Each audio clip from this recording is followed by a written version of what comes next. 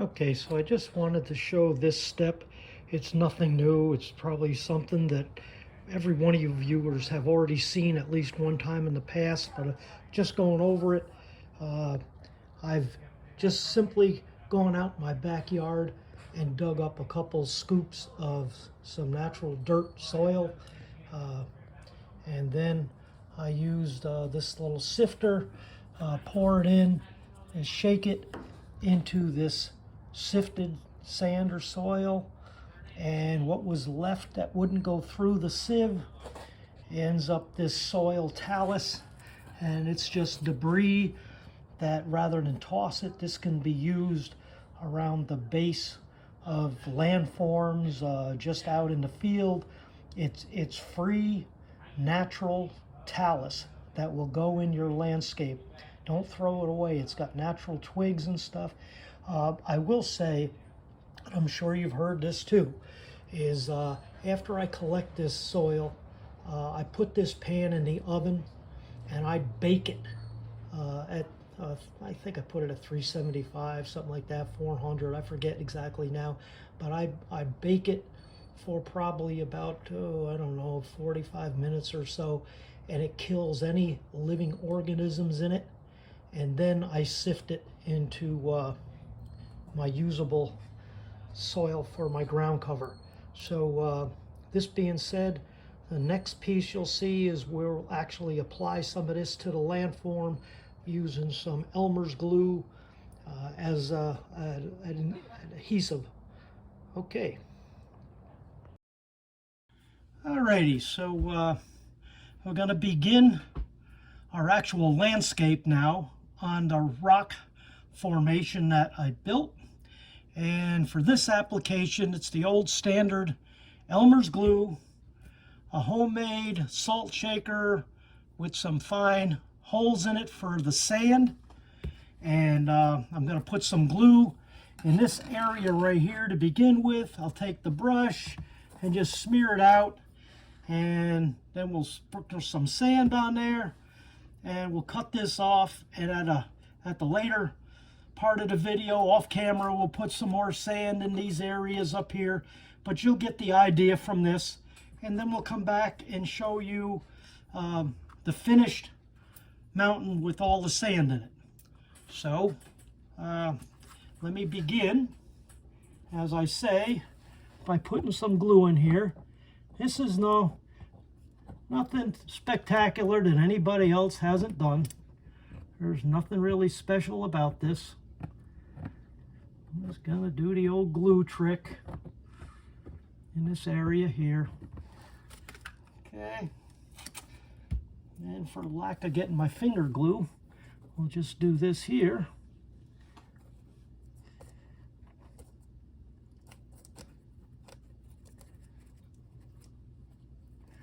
And after this dries, I'll come back with a nylon over the hose of the vacuum, and I'll reclaim the sand that has gone other than the glue area, and we can reclaim that. Okay, well, I got plenty of glue, so I might as well just put some glue in these areas. It went pretty far. I didn't really realize it was going to do all that. Plenty of glue. So we'll put some glue in these areas, and I'll get some sand all in our landform here. That'll work.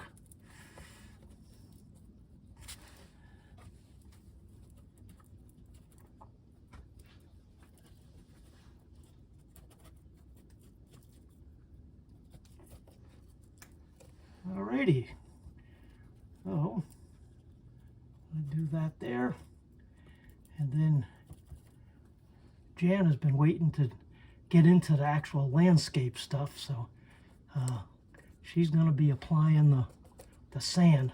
I'm going to go clean this brush, so we'll turn it over to her now. Alrighty, have at it.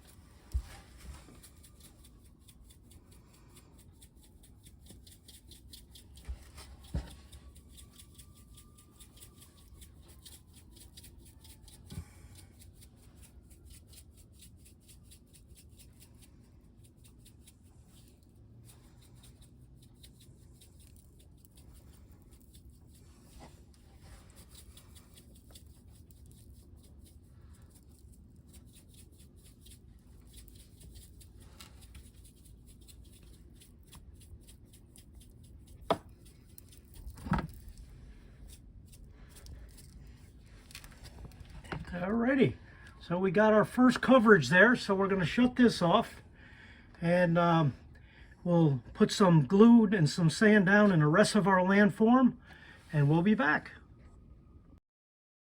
Okay, so we got some sand sprinkled down all around our rock face here, and a little bit. Going to be adding some more too, but my next step, I got my bottle of wet water, meaning I got some alcohol in with the water to break the surface tension, and I put a black magic marker so there's never any question of what setting I want this thing at when I spray. It won't be a stream, it'll be a spray. And so I'm going to lightly mist this and let that stuff soak into the sand, and then I'm going to come back and give it a shot of my railroad glue, which is again wet water and Elmer's glue mixture. So let's see how this goes. Just going to lightly mist. Yeah, that's a nice, easy mist. It's not going to wash anything away. Just going to get stuff damp. Let it soak in so it almost sets it in place. We didn't do anything down here past this area, so this is kind of like our trial here. And the other nice thing about doing the wet water is some of the sand that might have settled right on the face of a rock, it might wash off a little bit and go down in a crevice. And I'm going to say that that's damp enough. Now I'm going to take this glue stuff and we'll see if we can, oh, that's too much of a spray actually. There we go. That was almost a stream. I just want to let this lightly soak in. Then we can vacuum off. I could have used a little better spray bottle. It's got a little bit of drip out of the nozzle after each pump of it. Again, I'm glad that I taped my track and I put the wax paper on the backdrop. That way I got a little more control over my finish when this is all said and done. But I'm liking what I see. It's like we're getting down to the end of it. So we'll let that set and dry. I'll mix up some more of this railroad glue, and we'll be back. Okay, so we're back just for a brief moment. We did add a little more sand in the wet water, and it's gluing, and I've been hitting it a little bit with the air dryer to speed the drying process up. But one thing I meant to say twice when we did this application, and I failed to, you can come back multiple times and build up your sand in layers. You don't have to settle for the first dose. And what's really important, and I've seen this happen in the past, it happened to myself, I've seen a couple other people in videos, everybody wants to get it done. We get that. But if you apply too much millage, too much of a buildup of the sand at one time, when you hit it with the wet water and the wet glue, as it dries, it will craze and make cracks and stuff in your sand because it's so thick. Once it dries, it separates and cracks. And then you have to fix that. So if you just be a little patient and dust it on a little bit at a time, build it up if as need be, you have a lot more control over your outcome. I wanted to say that twice just to save somebody from that heartache if they attempt to do this on their own. But the real sand, that really goes a long way. Even though, like your brown paint as a base, and then you put the sand down, then you put ground cover, even though you're going to get rid of a lot of this stuff in your layers, it's still a necessary thing. You're not going to have 100% coverage in with whatever type of layers you're putting on. So you do want that sand in there as your base. So that being said, I'm gonna turn this back off, and I'll continue in a little bit with some more glue and sand down this area right here. And again, even though you put some color and stuff, don't be afraid to almost completely cover what you've done with the sand.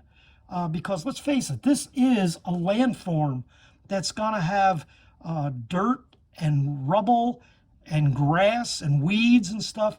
So you are gonna put sand on this, and it's not really meant to be a rock face like this. So you are gonna cover it heavy. Same with down in here. This is gonna all be grasses and foliage and bushes and stuff. So don't be so stuck on the idea, if you're doing this yourself, that it all has to be rock. You know, it's all a layered process to the end result that you hope looks like a very believable scene and scenery. So with that, I'm gonna cut it off, and we'll be back. And another little quick note here that I wanted to share. I had already spoken about that black square there. Underneath that black dot, it says spray. Over here it says off, and on the very back of here it says stream. Okay, well, if you take a marker, permanent marker, and you mark that, at a glance, you always know your setting that you prefer. The same with this atomizer. This doesn't have an on-off like this. The more you open this up, the more the stream to spray. So to avoid your evaporation, you can close this nozzle down. But when you want to use it, if you spin it to where you're lined up, you're at a setting that you prefer for using this. I just wanted to share that too. Alrighty, so I'm just going to do a little short update here. I may even continue on with the sand treatment, but I want to zoom in a little bit and show you how the sand is laying in the rock crevices, and especially up here at the top, okay, down here at the base. You can see how the sand just lays in there. And what this is repeat applications of the sand and the wet glue, which again is the Elmer's glue mixed with the water and the alcohol. And so the stuff doesn't float away. And so I'll keep observing how this builds up. And if I see any places that I feel need some extra sand put in there, well, I'll do that and just keep doing layers. And next, when I finally get this to a point where I'm really satisfied, my next step will be some ground foam in various greens to come on there for some grasses. And one thing I do not own that I want to get is a static grass applicator. I don't have one of those, and I sure could use one in various places on here. Especially like in this area right in here. Yeah, simulating some weeds and stuff. And so that's about all I got for this update. Even if I add a little extra sand, I don't think it's gonna show much on the video itself. So I guess we'll come back with some greenery. So with that, this here is Christmas Eve 2023. Everybody who is watching this, I don't know if this video will be released prior to tomorrow. In the event, everybody who's watching, wish you a Merry Christmas, and we'll see you again shortly.